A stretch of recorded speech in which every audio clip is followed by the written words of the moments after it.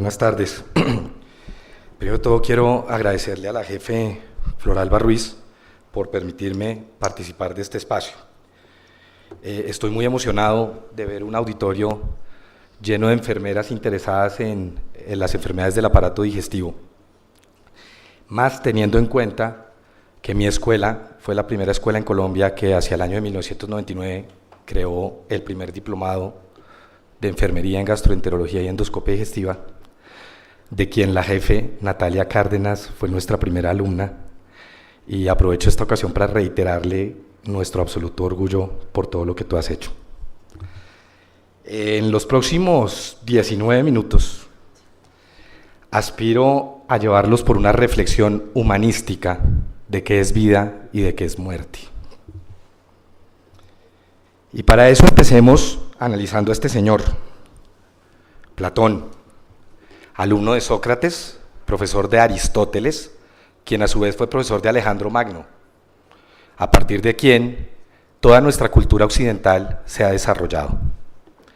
Bueno, Platón decía que la sociedad modelo debía estar compuesta por hombres sanos, afirmación bien discutible a la luz de los conocimientos médicos actuales, que nos permiten sostener artificialmente la vida de pacientes que de otra manera hubieran muerto, siguiendo el curso natural de sus enfermedades.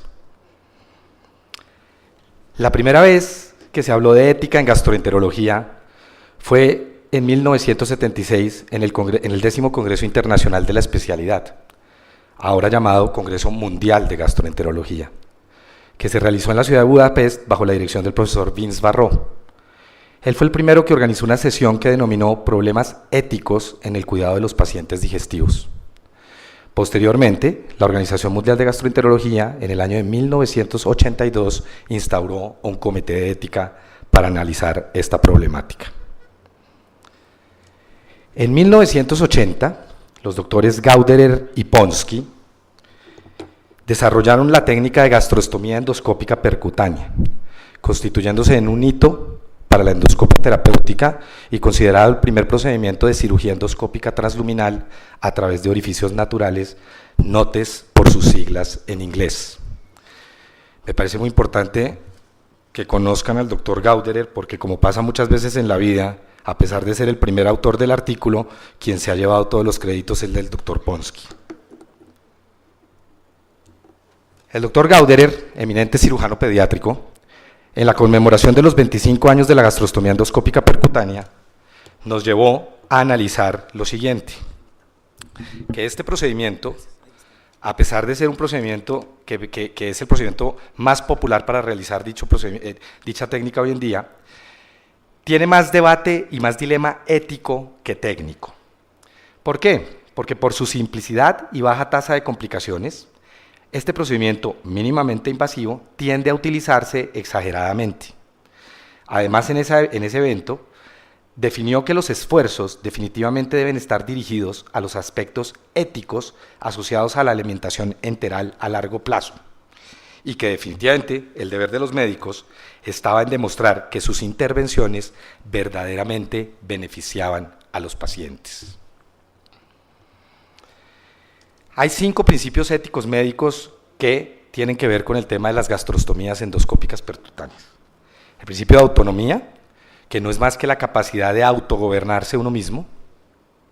El principio de beneficencia, que básicamente habla de que cualquier intervención médica debe ser tan beneficiosa para el paciente en comparación con los riesgos que se produzcan de complicaciones inherentes al mismo. El principio de no maleficencia.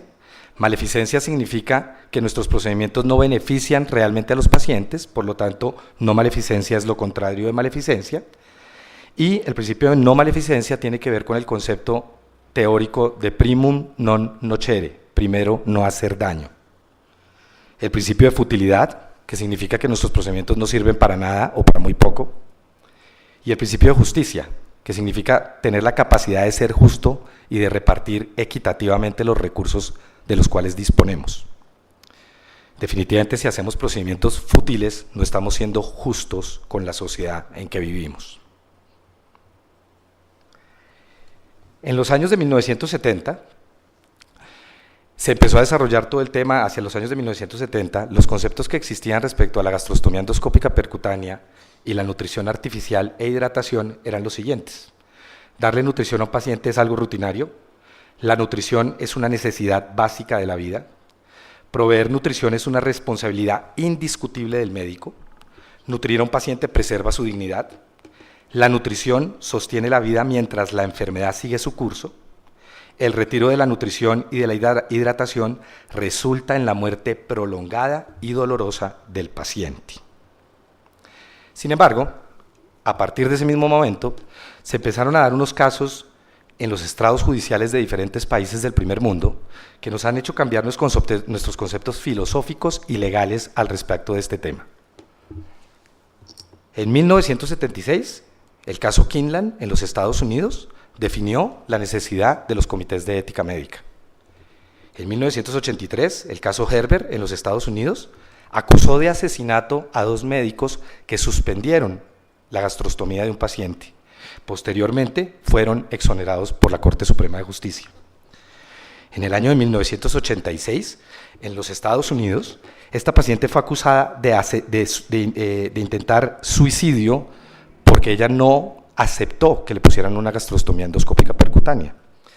Finalmente, los estrados judiciales le dieron la razón y se le permitió morir como ella quería morir. En el año 90, en los Estados Unidos, el caso Cruzan definió la necesidad de las directivas de atención anticipada, de las cuales hablaremos detalladamente posteriormente. En el año 93, en Inglaterra, se le permitió a los médicos realizar omisiones planeadas. En el año 2005, el caso Schiavo de los Estados Unidos, que tuvo mucha difusión por los medios de comunicación porque involucró a 2 hermanos, uno gobernador de la Florida, Jeb Bush, y al presidente de los Estados Unidos, George W. Bush, que estaban en contra de que a esta señora le tiraran una gastrostomía endoscópica percutánea. Finalmente, la Corte Suprema de los Estados Unidos, Corte Suprema de Justicia de los Estados Unidos, autorizó el retiro de la gastrostomía y le permitió la muerte a la paciente de la manera que sus familiares querían. Y finalmente el caso Englaro, 2009, en Italia, que ha tenido mucha difusión por haberse presentado en un país con clara influencia de la Iglesia Católica, en la cual fueron derrotados los preceptos de la Iglesia católica por los jueces de dicho país. Esos casos nos permiten manejar estos conceptos actuales desde un punto de vista legal y filosófico. Administrar nutrición e hidratación no es parte esencial del cuidado médico y el personal de la salud no está obligado a administrarlo. La distinción entre cuidado ordinario y extraordinario es inútil, ya que el cuidado extraordinario de hoy puede ser el cuidado ordinario de mañana.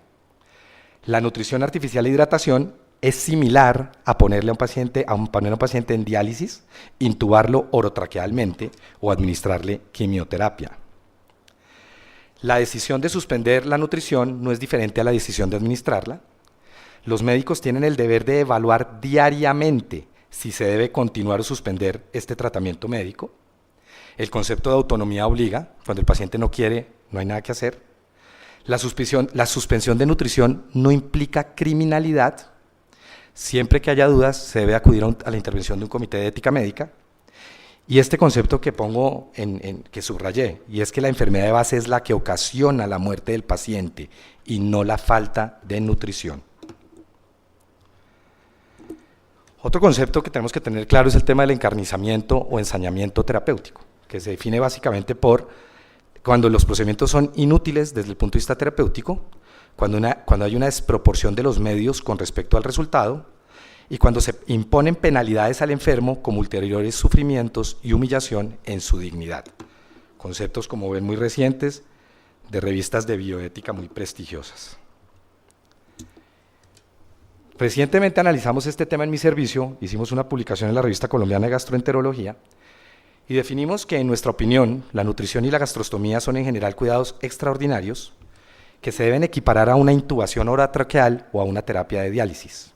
Es decir, que si un paciente no es candidato a una intubación orotraqueal, tampoco sería candidato a una gastrostomía endoscópica. La nutrición y la gastrostomía tampoco son cuidados paliativos, pues su indicación debe sustentarse en su capacidad de influir en el curso de una enfermedad potencialmente curable. jamás deben hacer parte del cuidado de pacientes con pobre pronóstico que fallecerán prontamente. En nuestro país y en el hemisferio occidental, la influencia de la Iglesia Católica, gústenos o no, ha sido primordial. Por eso es importante que repasemos algunos conceptos de la Iglesia Católica sobre este tema. Hacia el siglo XVI, hacia el siglo XVI, la Iglesia Católica definió los cuidados ordinarios y extraordinarios, como los medios obligatorios y los medios no obligatorios para preservar la vida. Esos conceptos fueron de fácil interpretación hasta mediados del siglo XX, cuando empezó a haber dificultad para clasificar los avances tecnológicos de la medicina. Apareció la ventilación mecánica, apareció la terapia de diálisis y aparecimos nosotros con el tema de la nutrición artificial e hidratación. Hacia 1958, el padre Cronin argumentó en su tesis doctoral que incluso los medios naturales como comer y beber pueden volverse opcionales si la toma de estos requiere gran esfuerzo o si la esperanza de un resultado beneficioso no está presente, y que aún los medios ordinarios en enfermedades incurables se vuelven extraordinarios y no obligatorios. Para nuestra sorpresa, el padre Cronin no solamente no fue excomulgado por este concepto, sino que posteriormente llegó a ser arzobispo. En 1995, el Papa Juan Pablo II, en la encíclica Evangelium Vitae, recordarán ustedes que las encíclicas son la palabra de Dios en la tierra, confirmó estos conceptos de la Iglesia Católica y autorizó el retiro de terapias fútiles cuando son definitivamente desproporcionadas y no benefician significativamente al enfermo. En el año 2002, con motivo del Congreso Mundial de Gastroenterología, el Papa Juan Pablo II pronunció un discurso a los asistentes a dicho congreso que me permito traer a la memoria. Ciertamente no se puede olvidar que el hombre es un ser limitado y mortal. Es preciso acercarse al enfermo con un sano realismo, evitando crear en el que sufre el espejismo de que la medicina es omnipotente. Hay límites que son humanamente insuperables. En estos casos es necesario saber acoger con serenidad la propia condición humana, que el creyente sabe leer a la luz de la voluntad divina. Esta se manifiesta también en la muerte, meta natural del curso de la vida en la tierra. Educar a la gente para que la acepte serenamente forma parte de vuestra misión. La complejidad del ser humano exige además que, al proporcionarle los cuidados necesarios, no solo se tenga en cuenta el cuerpo, sino también el espíritu. Sería presuntuoso entonces contar solamente con la técnica.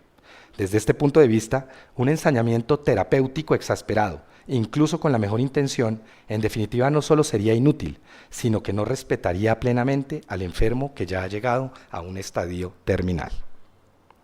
Sorprendentemente, en el año 2004, un año antes de morirse, recordemos todos que murió por un cáncer metastásico, afirmó que la administración de nutrición artificial e hidratación no era un acto médico y que aparentemente debía ser proporcionado a todos los pacientes sin importar su condición médica.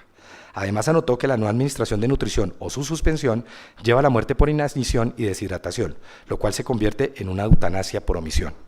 Esto lo dijo en una entrevista radial y no tiene el mismo nivel de una encíclica que publicó 9 años antes. Este concepto del Papa además tiene es muy debatible. Afirmar que poner una nutrición no es un acto médico es por lo menos discutible. La gastrostomía solo la podemos poner médicos que tenemos un entrenamiento y unas destrezas para hacerlo. Además, anotar que hay que defender la vida a toda costa va en contra del principio histórico de la Iglesia Católica de que la vida es prestada, es un bien relativo, no absoluto. La vida no es nuestra, es de Dios. Dios no la da, Dios no la quita.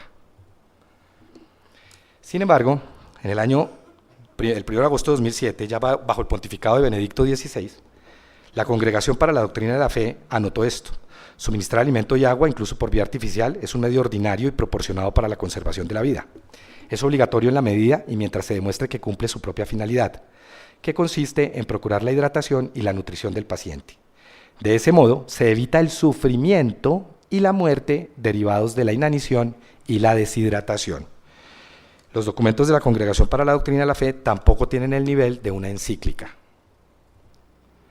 Es decir, que en estos momentos la Iglesia Católica nos pone en este punto. No desespere, tenga paciencia y recuerde las palabras de nuestro Señor. Mientras haya electricidad, hay esperanza. ¿Qué pasa en Colombia? En Colombia, desafortunadamente, nuestros colegas y gran parte del personal médico y paramédico tienen la creencia de que la gastrostomía y la nutrición son en definitiva cuidados ordinarios y que no ponerle nutrición a un paciente es condenarlo a una muerte con sacrificio y con sufrimiento. Definitivamente nos hemos dado cuenta en nuestra experiencia que se indican muchos procedimientos claramente en estados de futilidad y que son injustos con la sociedad, gastando exagerados recursos en pacientes que van a tener mínima o muy pobre recuperación. Sin contar con el tema del sacrificio familiar. Siempre hay una persona de la familia que sacrifica su vida personal y laboral para cuidar al enfermo, durante muchas veces 5, 10, 15, 20 años. En el tema legislativo tenemos esta resolución del Ministerio de Salud, publicada en 1991, en la que claramente nos dice a los médicos que debemos evitar el encarnizamiento terapéutico, pero no nos deja claro qué hacer con el tema de la nutrición, poniéndonos en riesgo de ser acusados de eutanasia en caso de no administrar nutrición a un paciente. Sin embargo, también se han desarrollado en todos los hospitales serios del país comités de ética que debemos tener en cuenta a la hora de decisiones controvertidas. Y se han desarrollado fundaciones como la Fundación Pro Derecho a Morir Dignamente, que maneja todo el tema de directiva de atención anticipada. ¿Cuáles son los mitos de la gastrostomía y por los cuales todavía hoy nos llaman a poner gastrostomías en situaciones bastante controvertidas? Que previene la broncoaspiración. No se ha logrado demostrar que prevenga la broncoaspiración de forma superior a lo que hace una sonda de nutrición enteral. Que previene las úlceras por presión. No solamente no las previene, parece que las facilita, porque cuando el paciente tiene una gastrostomía, muchas veces está inmovilizado y sedado, y eso facilita las úlceras por presión. Que mejora el estado nutricional de los pacientes. No se ha documentado que haya mejorías en términos de masa muscular, de peso, ni de marcadores bioquímicos como la albúmina. No se ha logrado comprobar que se logren los requerimientos calóricos necesarios por medio de nutrición a través de este método. Que disminuye la morbimortalidad. ¿Será que sí la disminuye? Cuando tenemos complicaciones menores del 15% y mayores del 3%, como aspiración, obstrucción, peritonitis, hemorragia, perforación, fascitis necrotizante o retiro accidental. Y tiene una mortalidad asociada del 1%. Oiga, ¿esto será un procedimiento mínimamente invasivo? Pero además vamos a las indicaciones. Se ha documentado que por sus enfermedades de base, los pacientes a los que les ponemos una gastrostomía, el 30% están muertos a los 30 días y el 60% a un año. Procedimientos bastante discutibles en cuanto a indicación. Que mejora la enfermedad de base. Definitivamente no tiene nada que ver con la evolución ni el pronóstico de las enfermedades de base. No los altera para nada. Que cuando no le ponemos gastrostomía a un paciente, el paciente se muere por inanición y por deshidratación. Está comprobado que los pacientes en estadios terminales no sienten ni hambre ni sed. Que mejora la calidad de vida de los pacientes. Los pacientes no están en un estado para percibir cambios en su calidad de vida. Incluso muchas veces no solamente no la mejora, sino como dejamos al señor acostado en una cama, sedado y muchas veces inmovilizado, pierde el contacto sensorial con su familia, que en algo podría denominarse calidad de vida. ¿Cuáles son las indicaciones claras de las gastrostomías? Enfermedades potencialmente curables, donde no hay discusión, lesiones neurológicas recuperables, pacientes con disfagia severa pero función mental intacta, pacientes que tienen obstrucción faríngea o esofágica potencialmente curable, pacientes con debilidad generalizada que no pueden comer y que deben ser asistidos nutricionalmente, y pacientes con cáncer que tengan expectativa mayor a 6 meses y en quienes se planea una terapia antitumoral que les dificulte la deglución. Y este es el tema complicado, las indicaciones controvertidas. Estados avanzados de demencia con compromiso de la deglución, estado vegetativo persistente. Estos pacientes claramente se ha demostrado que no siente hambre ni sed, y estos pacientes, después de que permanecen mucho tiempo en ese estado sin recuperarse, no se benefician de este tipo de dispositivos. ¿Cuáles son las contraindicaciones? Las enfermedades de mal pronóstico a corto plazo, el compromiso neurológico severo y abandono social, cuando nos la exigen centros de atención permanente en caso de que el paciente reciba alimentación asistida, cuando se ha presentado una complicación mayor en caso de una gastrostomía endoscópica percutánea por descuido de la familia o del cuidador, los pacientes competentes que definitivamente se niegan a recibirla, los pacientes con cáncer terminal y los pacientes con SIDA terminal que por su estado catabólico ya no se benefician de ningún tipo de asistencia nutricional. En conclusión, es cada vez más difícil terminar o suspender un tratamiento médico. Es fundamental profundizar en la formación ética de los médicos y de las enfermeras y de los nutricionistas. Es necesario reflexionar diariamente en que si lo que estamos haciendo realmente beneficia a nuestros pacientes desde un punto de vista físico y espiritual. La gastrostomía y la nutrición son tratamientos médicos que se deben reservar a pacientes que se beneficiarán significativamente de su instauración. Podemos ofrecer este tipo de terapias, pero no recomendárselas a pacientes con indicaciones controvertidas, demencia y estado vegetativo persistente. Los médicos tenemos que tener absoluta claridad con respecto a las contraindicaciones del procedimiento. Definitivamente los médicos del siglo XX, finales del siglo XX y del siglo XXI y los del futuro, nos encontramos en una delgada línea entre lo que significa prolongar la prolongación de la nutrición como un ensañamiento terapéutico versus la suspensión de esta como una eutanasia por omisión.